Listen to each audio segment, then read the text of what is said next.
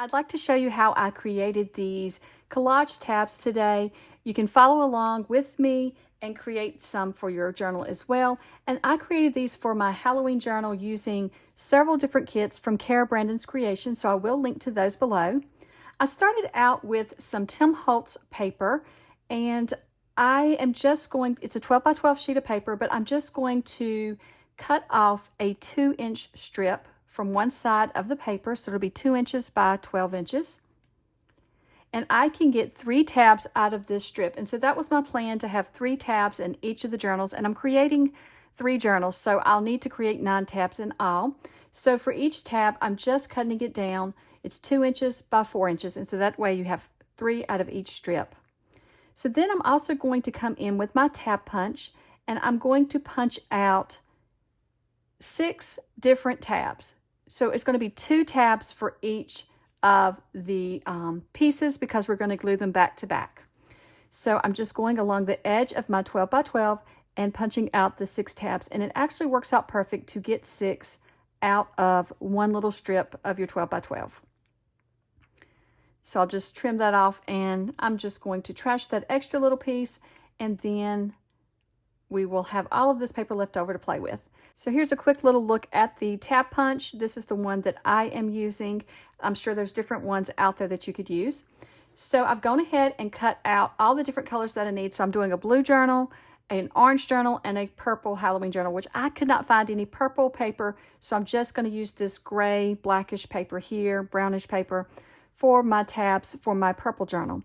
So I just started out by taking the strip, the 2x4 strip, and attaching the tabs to the edge of it.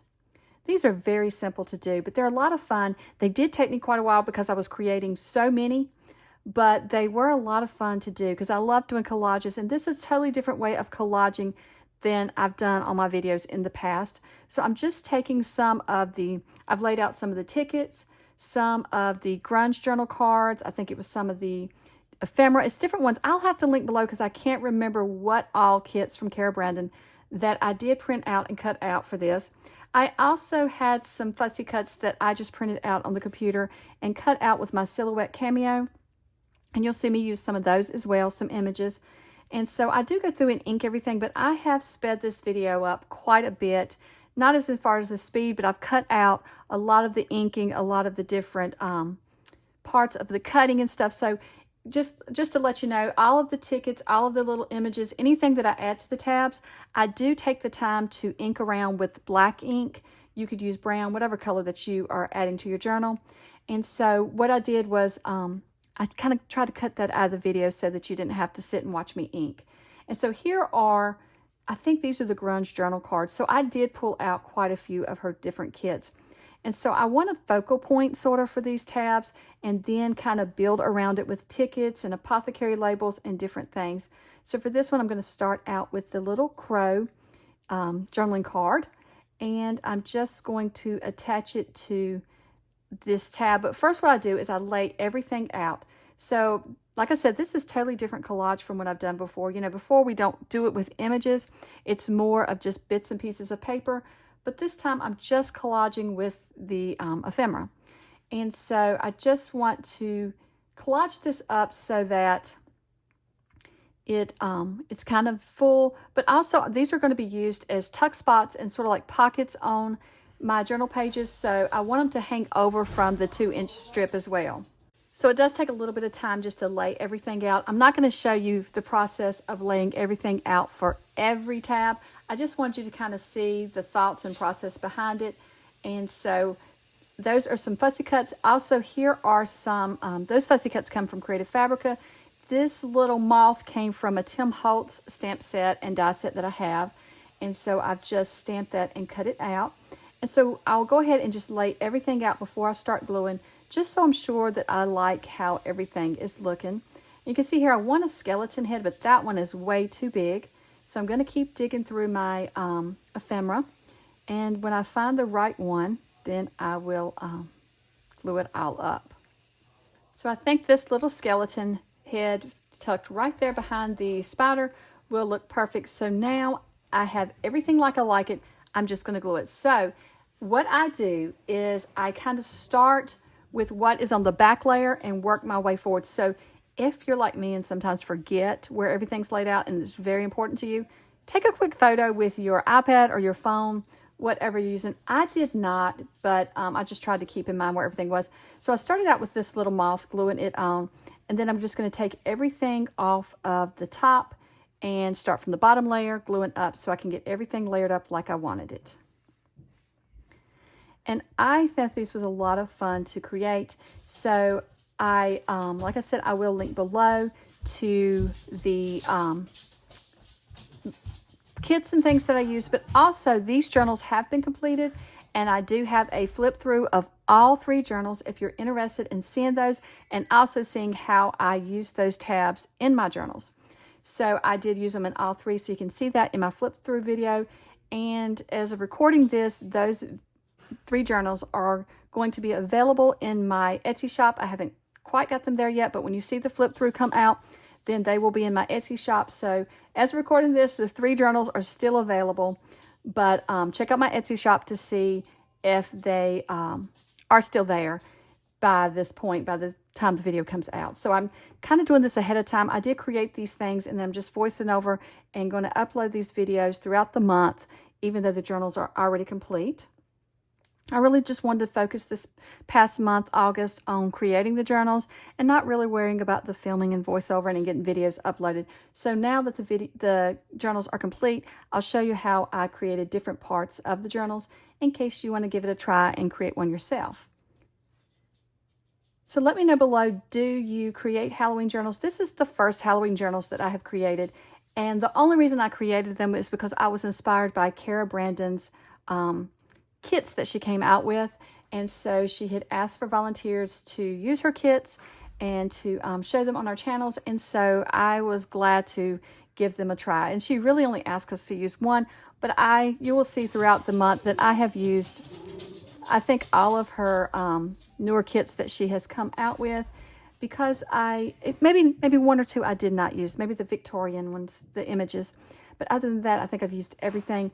But I was just so inspired by her haunted Halloween kits that I wanted to create a Halloween journal. And I don't like things really spooky and things. So you can see things are a little bit Halloweeny in this journal, and I'm using a lot of bugs and a lot of different things. But it's not really a scary journal, but it's not cutesy. Normally my Halloween things are very, very cutesy, things for, childlike things. And so this time I wanted to try more of an adult Halloween journal. And so I've really enjoyed creating these. And so I've loved all the bits and pieces from Cara Brandon.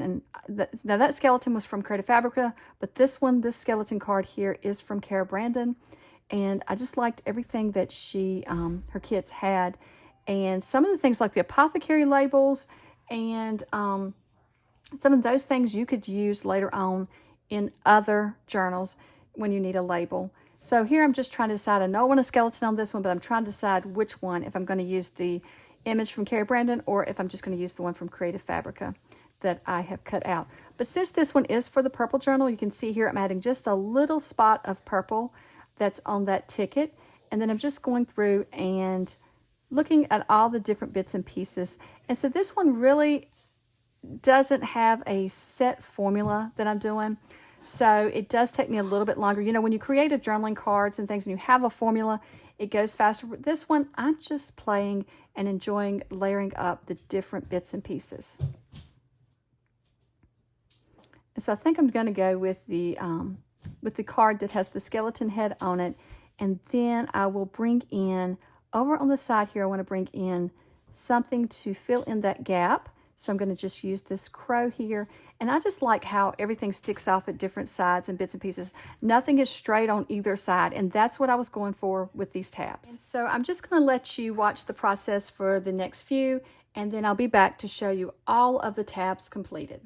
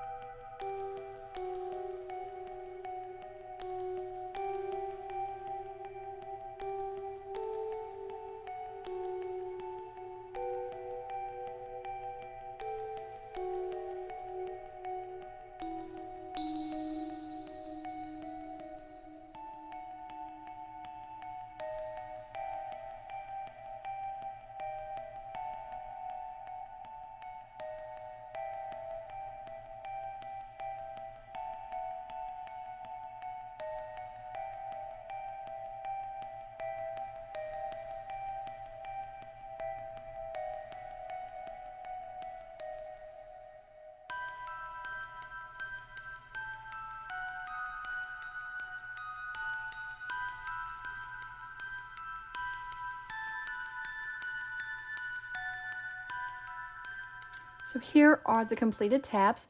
So this is one for the blue journal, and this was another one I created for the blue journal, and I added that little witch hat to the owl. I thought that was very cute. I also have this one for the blue journal, and the one before was for the purple journal. It's got a little purple in it. Here's one for the orange journal. I love how that one turned out. These were a lot of fun to create. I hope that you have enjoyed seeing my process and hope that it will inspire you to create some tabs of your own. I think these would be cute in any theme, and so I'm going to have to give it a try for Christmas as well. Well, thank you so much for watching, and I hope you have a wonderful day. Bye.